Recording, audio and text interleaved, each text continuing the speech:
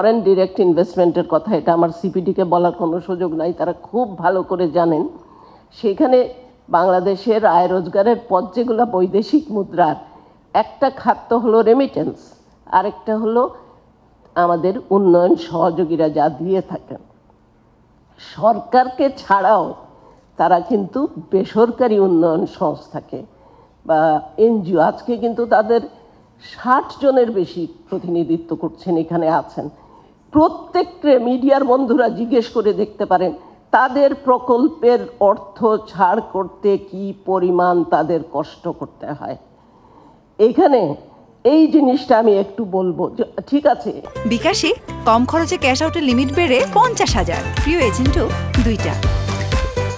NGO affairs bureau তারাও অসহায় বোধ করেন, উগ্রবাদিতাকে আপনারা প্রশ্রয় দেবেন না, কিন্তু যারা জেনুইন এই দেশে অনুদান নিয়ে আসছেন, লক্ষ লক্ষ ডলার ছাড় হয় না সময় মতো। আমাদের উন্নয়ন সহযোগীরাও জানেন, বিশাল বিশাল প্রকল্প আটকে যায়। এগুলো মানব সক্ষমতা বিনির্মাণের জন্য বিনিয়োগ করছেন বিদেশি আমাদের সহযোগী সংগঠনরা, কিন্তু সবার অর্থ কি আটকে গেছে কোথায়? এজেন্সি রিপোর্ট আসেনি, এনএসআই এখানে কি করে?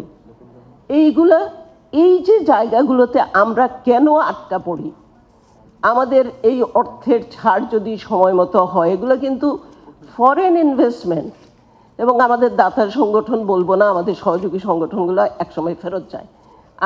আমরা জানি কত টাকা চলে গেছে উগান্ডায়, কারণ আমরা সময় মতো ছাড় করতে পারিনি। কেন? এইটাও, এই অব্যবস্থাপনাটাও দেখার প্রয়োজন আছে, কেন করতে পারিনি আমরা। এটা নিয়ে আগের মাননীয় পরিকল্পনা মন্ত্রীর কাছেও গিয়েছিলাম। এখানে এনজিওরা যারা আছেন, আপনারা একটু খোঁজ নেন, খোঁজ নিলেই জানতে পারবেন কতদিন এই অর্থের ছাড় দিতে আমাদের দুর্নীতি তো আছেই, সেটা ছাড়াও অব্যবস্থাপনাও আছে।